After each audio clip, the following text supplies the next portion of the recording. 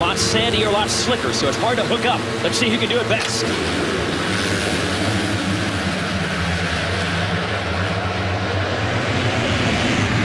So a bunch of the Geico Hondas battling, and Han is in that one. Oh, but down the inside. It's Martin Davalos on the Monster Energy Pro Circuit Kawasaki. Got a whole shot in our last moto in upstate New York. Whoa, Zach Osborne, feet off the pegs, and simultaneously taking the lead from Davalos. Wow, what an aggressive first 2 or 3 turn sequence there. You can see just how much it can change. It looked like Will Hahn had the whole shot around the first turn. Once again, a rider on the inside that held that tight line came across that double with the whole shot. Now Osborne, he was firing that right line going down that first straightaway is really quick. Bogle on the 34 is in 4th behind Hahn, then Davalos, and Osborne, your leader. He has struggled in most of the first motos this year, but he's feeling good now, going for the early lead. Look right there, Hahn could only double up that triple step up. And Bogle able to get around him. Now you have an army of the Kawasaki riders there. I think that might be Cianciarulo. Yeah, Cianciarulo actually really agreeing with this track. He was our second fastest qualifier today, by far his best qualifying effort in his rookie season here. So, which is interesting because he's one of the smaller riders on the track. You'd think he'd be really technical. It looked like Bogle going past Davalos there. He'd be kind of a technical rider, but this big mega track that we have here at Miller Motorsports Park, Cianciarulo has found a way to make it work. Yeah, absolutely. It's working for him and for Bogle in the 34, who has, as you mentioned, gotten around Davalos for second. Then it's to 292 of AC. Adam Cianciarulo behind them. So we'll see if the speed that Adam showed in practice holds up here in this moto. He's going after Davalos now, and look who's coming, the 17 of Eli Tomac, riding a huge win streak and a big points lead. Mistake by Davalos. There goes Tomac around him. Tomac's going to try to get Cianciarulo as well. Tomac barely triples up that jump, and I mentioned the elevation we're at, loss of horsepower that the bikes have. This step up right there, just really having to stretch it out, just getting up to the top. I wonder if that, you know, the fact that Cianciarulo is so much lighter than the other riders, right? A little bit easier for that bike to pull him around the track. He's obviously got skills, he's got the speed, but nobody has been as good lately as the 17 here of Eli Tomac on this Geico Honda, which, if things go his way today, he wrap up the title. He could potentially. He's going to need some help. He'll need a bad race out of Ken Roczen. Meanwhile, Cianciarulo, this is the hype that we heard about in the amateur ranks. We knew this kid had speed. He's finally showing it, making the move on Bogle. And he's not far from your leader, Osborne. Wow, he is really riding aggressive right now, Cianciarulo. Bogle going to try to get him back now. Love it. I love the aggression out of these two riders as they triple up. Going to funnel down here, this trying to keep the bike turned to the left here as you fade to the right, this little off camber. And Tomac right behind him, so it's a 4-rider fight for the lead now. You can just see the back of the Geico Honda of Osborne as Tomac goes after Bogle. A little sneak attack on his teammate to take over third. So Tomac on the 17 going to the front, and that's what he's done. 6 straight moto wins for him to open up that big points lead. Oh, he's got a line on Cianciarulo, made a mistake, and Tomac pounces. Wow, when you're like Eli Tomac, you are just so aggressive, you're so energized for these races because you have so much confidence. And when the gate drops, I mean, Eli hasn't needed whole shots to win. He basically starts about 10th every race and just comes through the pack and passes 10 of the best motocross riders in the world. There he goes. On his way to the win. So down to the inside of this sand turn. Can he get around Osborne? Osborne just able to hold on, and he has more momentum to clear that jump to hold on to the lead. Tomac's going to fire up the attack again. Oh, they almost ran into each other. Wow. Down to the inside is Tomac. Barely over that step up, and he takes the lead. That's unbelievable how aggressive he is right now, and just basically just manhandling the bike, just putting it wherever he wants to. We've been saying it a lot lately, but he is just on another level. There's no better way to describe it. Everyone else is going around the track what you would think is the fast way, and then there's the Tomac way. Different lines, completely different speed level. He's already started to open the gap over Osborne. just in the zone right now. Yeah, you got that right. Well, let's see if Osborne can learn something from his teammate. You notice he's going to have a little pressure from Cianciarulo, who's still right there in third. I mean, these guys, Tomac had turned to 206, Cianciarulo and Osborne 208. Everybody else is above that. So these three starting to pull away a little bit. Bogle hanging in there. You'll see him just probably out of the corner of the screen, but overall not a good qualifying day for Osborne. But he certainly has putting it together here in Moto 1. Now, the Moto 1s had been tough on Osborne all year. They've been getting what they call arm pump. That's when you get nervous and you hang on too tight, and then you start losing blood flow actually in your arms because you're holding on with such a death grip.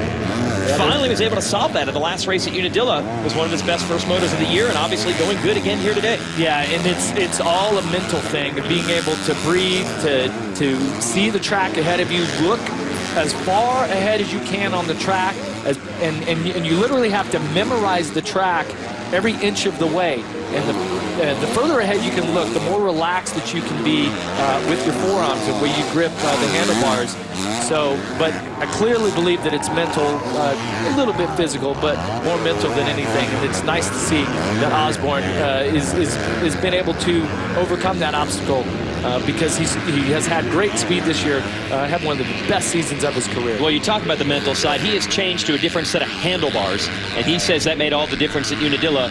Do you think there might be a bit of a placebo effect there? Just in his mind, he feels like he changed something, and that allowed it to change mentally, which turned into a physical change? Does that make sense? I know it seems silly at times, and it seems like that could possibly be the case, but I'm telling you, you're literally splitting hairs. I mean, you know, a millimeter here or there on certain adjustments can make all the difference in the world. It baffles me to this day still, but I lived it, and it's real. Hey, Kelly is down in the pits. This is a good story. We were talking about that 450 first moto. Weston Pike, the privateer, battling with the top rider. She actually caught up to Weston in his privateer pit area. Kelly? And there's more to it because he was having issues even getting the bike fired up this morning. So Weston, to go from that to contending with these factory riders, what does it do for a team like this? Oh, you know, it's we've been struggling a little bit with the bike starting, and you know, we can't get it figured out, so we got to go home, work on it, and you know, we have to bump start the bike to get it going. So it's a little frustrating, you know, you're just with the gauge drop and all that stuff. But you know, we got off to a good start, and you know, just made it happen. So. It must be a huge shot in the arm to be up there racing with the top guys. Oh, you know, that's what I trained for, and that's what I've prepared for. So you know, it's as long as I'm getting out there getting a good start, then you know, everything's possible. So. We look forward to seeing more of you in Moto 2. Thanks. Thank you. All right, Mike, top 5 in that moto, and a bump start. That means the old Kickstarter on the bike doesn't even work. They have to push the bike and the jam it in the Kickstarter gear. works, but they can't fire it that way. It needs more of the speed from bump starting it. But the guy that doesn't need any more speed is Eli Tomac. He is, once again, the fastest rider on the track in the 250 class, turning to 204 right now. 3 seconds a lap faster than Cianciarulo. Oh, Cianciarulo just drops down to a 206, so both riders starting to pick it up. Yeah, but again, even Cianciarulo's best lap time is 2 seconds off of Tomac. There's basically 2 races out here. 39 other riders, and this guy working on his 7th straight moto victory, Eli Tomac. This is how being ruled by Eli Tomac. It is incredible what he has done in the second half of this championship. He was darn good at the beginning of the year, was right there in the thick of it for the championship. But he has become dominant over the last couple of weeks. Yeah, and we've seen that happen in this class before. A rider, once he starts to get it figured out, and it was so competitive at the midway point of the championship. And then, like you said, things just really came together. And this stuff doesn't happen like this without everyone working in concert with the team and everybody preparing the bike, constantly testing, trying to make the bike better to suit Eli's riding style, for him to constantly be working on his technique, not to mention all the hard work that he puts in training and mountain biking, strength training and all that. So all starting to come together for Tomac, as well as Adam Cianciarulo, that's finally showing his potential, being a rookie, one of the top amateurs that graduated here to the pro ranks this season. It's been a rough start for Cianciarulo, who is only 16 years old. Was supposed to race with us right from the get-go at Hangtown in California. Had salmonella poisoning. missed a bunch of races, and even since he has been back, he has still not been back to perfect health. Found out he actually was low in iron levels and some others, so he's had to start taking supplements, change his diet, trying to get some weight back. So it had really drained his system. Maybe now is the first time we're actually seeing what the kid out of Florida is capable of. He is running in second ahead of Osborne. Bogle and Baggett round out the top 5. Meanwhile, trouble a little further back. Jeremy Martin, so brilliant. Second place at our last race at Unadilla. Not so much luck today. Yeah, watch this right here. He's on a, went down over a blind jump. This is Cole Seeley. Just squarely hitting him in the back of the bike. Looks like he clips Martin in the back. Both riders down hard. Follow up with you later and see how their condition is. Yeah, they're both right now out of the top 20 points paying positions. Hope they're okay. So here is AC, the latest in a long line of Kawasaki Team Green amateur riders. They brought a lot of greats through the ranks. He's supposed to be the next generation. Yeah, and you know what's impressive there? We had that wide shot. Tomac's only 6.3 seconds out front. You can see him in the screen right there. Yeah, so this ride here for both Cianciarulo and Osborne, and Bogle's not that far back, or it looks like Bogle might have gone down then because it showed him he was in 4th on timing and scoring. We did not see him after Osborne. And now finally we see Ken Roczen, and it's go time for Kenny here, who is in 6th place. If Bogle had problems, he'll move into that position, but if he loses too many more points to Tomac could potentially wrap up the 250 National Championship today. So Roczen's got to at least try to get up to the top 3 and stave off the title celebration. And he sure seems to be hustling right now. He's hustling, but look at the championship points where they're at right now. Roczen, who had his start so dialed in at the beginning of the championship, was able to run a really high pace, was working himself through the pack, has not had it the last couple of weeks. And even in Moto 1, 1 week ago at Unadilla, was up to 2nd, went back to 5th by the end of Moto 1. Yep. That's not the Ken Roczen that we know. So just as Cianciarulo and Tomac and Osborne have figured things out, with Roczen, it seems like it's gone the other direction. So it's got to make you wonder, what is going on? Is this a mental thing? Is there some sort of physical thing that we don't know about? Or just clearly a loss of focus? You know, I don't really know. Let's send it down to Kelly with an update on Ken Roczen. Well, and I talked to Kenny earlier and kind of asked him what went on last week when he fell from 2nd to 5th, and he said he just really wasn't quite comfortable on the bike. He said the problem is they've been trying so many different setups with suspension that he's riding something different all the time, and he's not getting enough laps and time in to really get comfortable in any one setting. This morning he's been having issues with the clutch. He had went from an old clutch to a new one because it was slipping. Then he had issues with the new one, so he's back to the old one. So he said he's really just, been having a heck of a time getting his bike where he wants it. He said at Unadilla he just felt like he couldn't go as fast as he wanted to, but he hopes that they're on the right track now and progressing. Yeah, see, there you go. It's just they're out there searching for things, trying to make things better. I will say that with this sport, you have to be connected to your motorcycle. You have to know your motorcycle like it's an extension of your body and know exactly what it's going to do every time you get on the bikes. That's why the race team nowadays, they prepare the test bikes and the race bikes, or the practice bikes and test bikes, exactly like the race bikes. So every time you get on it, it feels like an extension of your body. If they're changing and they're searching for answers with the suspension or the chassis or the engine setup, then that throws all of that off. So right now, KTM just struggling a little bit, and so is Ken Roczen to find his groove. Roczen now up to 5th around Davalos, and like we said, we have lost Bogle. He's picked himself back up after a crash. Bogle now 8th. Roczen needs to go further forward than that. It's getting dangerously close to the point where at the end of today's racing, Moto 1 and 2, Tomac could have the championship wrapped up. And it's getting late in this moto. We've already passed the 15-minute mark. You see that Geico countdown clock top of the screen. In 15 minutes, you can save 15% or more on car or motorcycle insurance. I don't know if there's an insurance policy out on the championship bonus for Eli Tomac, but they might have to cash that thing in at the end of the day. The magic number is 50 points. You can only score 50 points in one day in motocross. Tomac has a 50-point lead at the end of this day. The title is his. See Marvin Musquin, who is 6th. Here, the number 25 behind Roczen. KTM boys have had to work for some bad starts. Yeah, once again, it was Musquin and his teammate Roczen at the beginning of the championship just really seemed to be dominating it. both former world motocross champions on the 250, and it seemed like the year that, okay, that the Europeans are going to come over and win this championship. And then midway through here, last couple of weeks, Tomac has just stepped it up to a pace that nobody seems to be able to match. Yeah, Roczen and Musquin had won 3 of the first 4 races this year, and Roczen held the points lead throughout the first half of the season. It has been a surge from Eli Tomac that no one else has been able to match. And he is in the number 6 spot right now. That's certainly not where he wants to be. We'll see if they can get any further. They got to really get to those podium positions, or Tomac's going to pick up a lot of points. To do it, though, in front of Roczen and Musquin, you got Baggett, your defending series champion. He's no slouch. He's 4th. Osborne 3rd. And the resurgent Adam Cianciarulo, best pro run of his life, running in 2nd. So that competition is thick. Let's see if the Red Bull KTM riders can slice it up here at Miller Motorsports Park.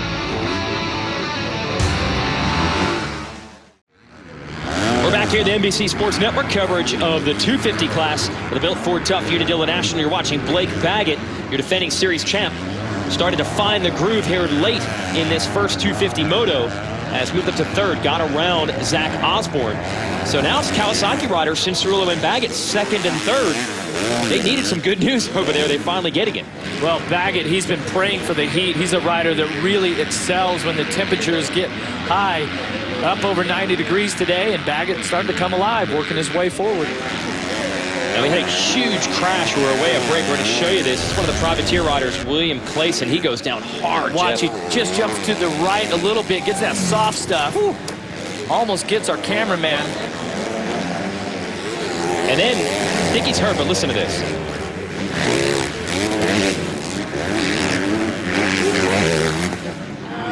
Says Al. But he's all right. Yeah, gives he's the high back up sign. and going. He was running 23rd. Good to see that you're all right, William. Good job. Shake him up a little bit. Yeah, and had the fans over there to cheer him on, give a little support. And they've got something to cheer for here. Battle for 2nd. You've got the old and the new on this team. Cianciarulo, 292, the young kid, and Baggett, the veteran who's already won a championship in this division. Teammates fighting for the number 2 position.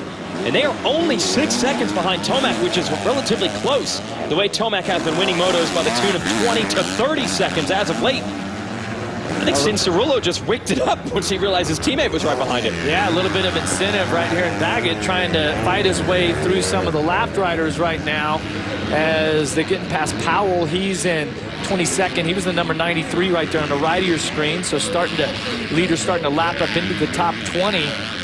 But Baggett's, trying to put the pressure on right now, and Cianciarulo is having one of the most outstanding rides that he's had as a professional. So we'll see if he can finish this thing off. Remember, it's really hot here today. Dry heat. Yep. Of course, we're up here in Utah, but Baggett, late in the motos when it's hot, this guy really comes on strong. Oh, that has always been the trademark. The old El Chupacabra starts attacking late when everybody else is tired. Although we took a look over his shoulder about a half a lap ago, trying to see where 4th place Osborne was. Osborne has dropped out of this picture, but that's usually a little alarming when they're not looking forward and they're looking back. Yeah, seems to have reset himself, though, to go back after his teammate. Yeah, there's a good 10 seconds between Baggett in 3rd and Osborne in 4th. And Roczen is now closed up on the back of Osborne also. So a couple of good battles here, 2nd and 3rd and 4th and 5th. This is a career best for Cianciarulo. Even if he ends up in 3rd, it will be. Again, just 16 years old. Was originally scheduled to be racing as an amateur most of the year this year. Could have ridden the expert class at the Red Bull Amateur National at the Red Linz a couple of weeks ago. Instead chose to basically come out early and race professional from the beginning of this season, just to learn for next year, but unfortunately missed a bunch of time with an illness. I think now he's getting to learn those lessons that he wanted, and whatever he takes out of today is only going to make him tougher next season. To me, he just looks like he's more in command. He's got confidence in his riding, a little bit looser on the bike, letting it flow, carrying his momentum. So definitely, it's a comfort thing. Comfort and confidence is just, that's what this sport is all about. As rough and gnarly as the tracks are. Baggett giving him a run here. Yeah, look at it. Adam riding he's way out. The berm's blown out. Yeah, he couldn't find the line, couldn't pivot, and that allows Baggett to take over the spot and jumps that triple from the inside for good measure. Look at Cianciarulo trying to fight back, though. Oh, the bike twitching underneath the front wheel twitch, bike kicking around. He came in there pretty hard. Boy, he definitely fought for it, and I can tell you from watching this kid at the amateur level, he is as competitive as they come. He talked to him, he's a nice kid, but on the track with the helmet on, he is a fighter, and he wants back around the champ. He's got some good lines on the track where he was able to really gap Blake Baggett there, your reigning champion, but see if Baggett has it here at the end of this moto. 4 minutes left. See the clock at the top of the screen. This is a good shot in the arm for this team, which is hands down the most successful in the history of this class. Just 2 years ago, they won 23 out of 24 motos in this series. This year, they've only won 1. Watch here. Baggett clears this. Cuts to the right. He's been working this inside the whole time. The real key, though, is that Cianciarulo goes out. Look at the line. Instead, if he had just gone about 3 feet over and caught that berm, he'd have been all right. But he chose to go to the right, and that faded off to the edge of the track. And he just was not able to carry the momentum around there that he had in the previous laps. And I think Baggett maybe has broken the kid now, opened it up just a little bit. But you got to give credit to Cianciarulo. What an improvement in just a couple of weeks' time. It was just trying to get in the top 10 for a bunch of motos, now battling for a top 3. And Baggett, they actually lost some time while battling each other. It's about 10 seconds gap between the #1 here and your leader, Eli Tomac. Yeah, but see that section, that S-turn right there, just how much of an alternate line Blake Baggett drew through that S-turn, right? It entered the left-hander way on the right, cut hard across, stayed out of the bumps, come back across. That tells you that the track is really going away, and they have to be creative here. And instinctually, they have to know where and how to create new lines. Here's your Motorcycle Superstore whole shot replay. It was a different Kawasaki rider up front early. Yeah, 4 riders come down the hill, and Davalos, number 40, let's see how he hugs the left side, the inside, stays on it right here, manages to get some traction. Boom. Just comes across, right there, got a bike lead. Gets him a point. 2 straight hole shots from Marty. Had the second moto hole shot at Unadilla. See, he's got 3 points. Will Hahn, by the way, as we mentioned, already has the $15,000 hole shot award wrapped up. No matter how many hole shots Davalos or anyone else gets, Eli Tomac could potentially have a championship wrapped up by the end of the day today. He's doing everything he can to score maximum points, leading this first moto.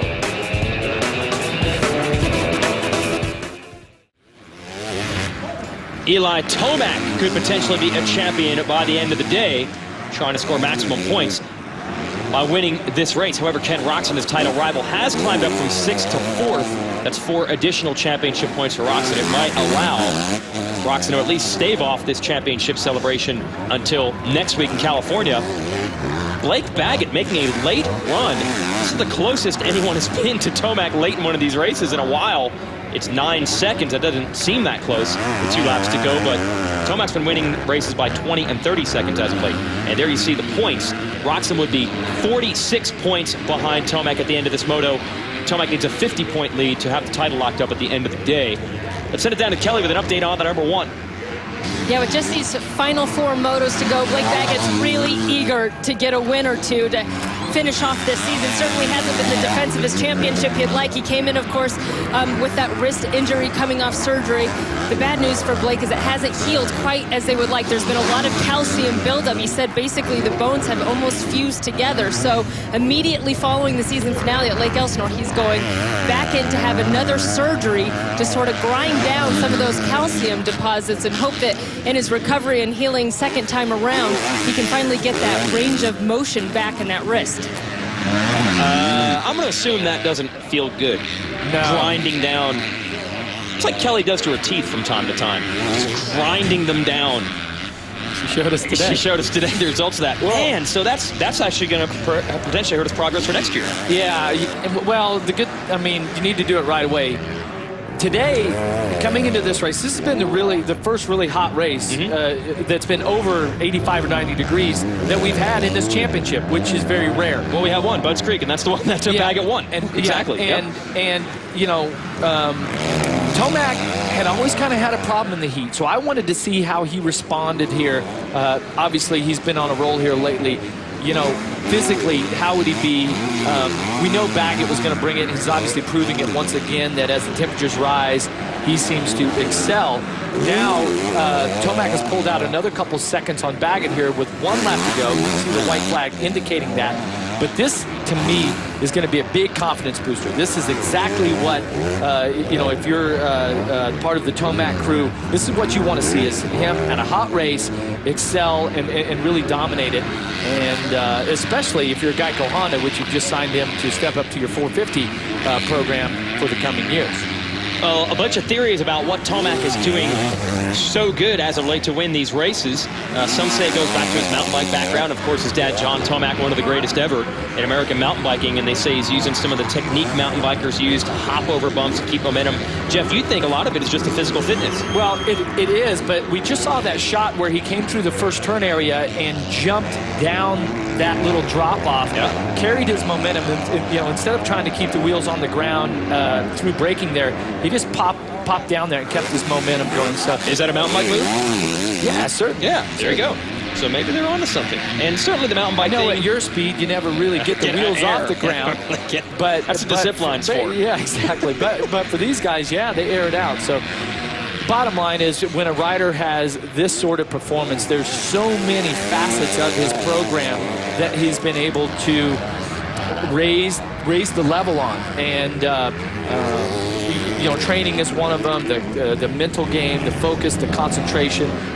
Once again, the team, you know, preparing the bike, you helping the team prepare the bike with the right setup. I mean, there's just so many different facets to it. And right now you're watching a rider that really has got it figured out. And you're seeing, you know, just excellence in his performance. And although Eli has not let on much about the potential distractions when he was a free agent earlier in the year and other teams recording him, ever since he officially signed his 2014 deal to return to the Geico team, he has won all but 1 moto. He's had a bunch of wins and a second, and really since then he has taken control of the championship. So something has changed mentally, physically, maybe a combination of it all. Eli Tomac wins again.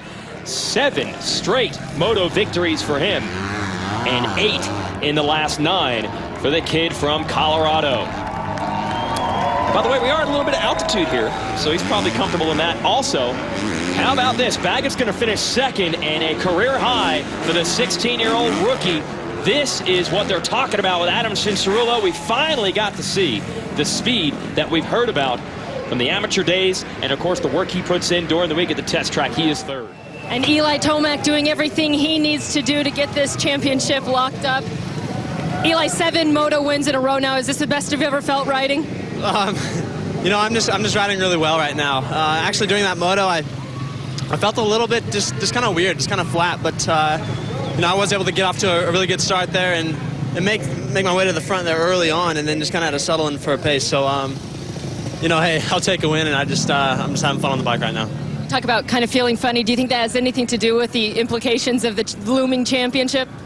You know, I don't really know. It's probably a little combination of everything, of even, yeah, the points lead, and, you know, just this track. This is a whole new track, so there's always a little bit more stress on you, but hey, have fun.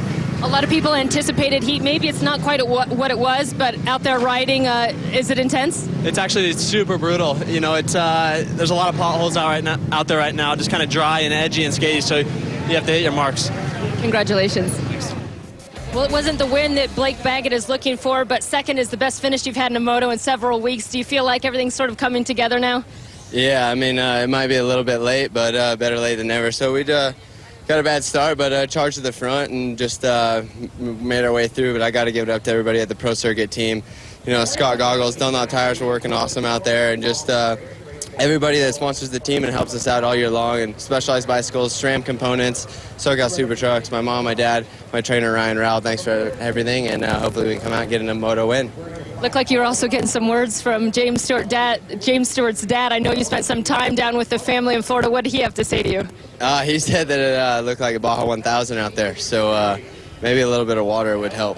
Yeah, it's definitely rough. Do you think that this heat has also played into your favor? Yeah, I mean, it's a little bit warm out, but there's a nice breeze, so it's not really that hot out. All right, thanks, Blake. And it's a podium finish for the young Adam Cianciarulo, your best finish now of your short pro career. Do you feel like that proves that you belong up here with these guys? Oh, I'd like to think so. I mean, it's been an amazing opportunity for me. Reed Nordine at Kawasaki, Mitch Payton giving me the opportunity to come in a little early to start learning for next year, and to get this podium to be up here with these guys, it's an honor. I'm really happy. Talk about the moment you're battling with Blake Baggett, the defending champion. Oh, man, it was crazy. Obviously, I've seen all his success, and obviously him being on my team, seeing how good he does, it's cool to ride with him kind of during the week and then be battling with him out there. It was unbelievable. And just to be out here racing with all these guys I've been looking up to my whole life, it's an unbelievable experience. Thank you, Adam. Thank you. The all-new Geomax MX34 is the latest result of Dunlop's ongoing development with the help of top motocross pros. The all-new Geomax MX34 is the new industry standard for soft to intermediate terrain. Experience the advantage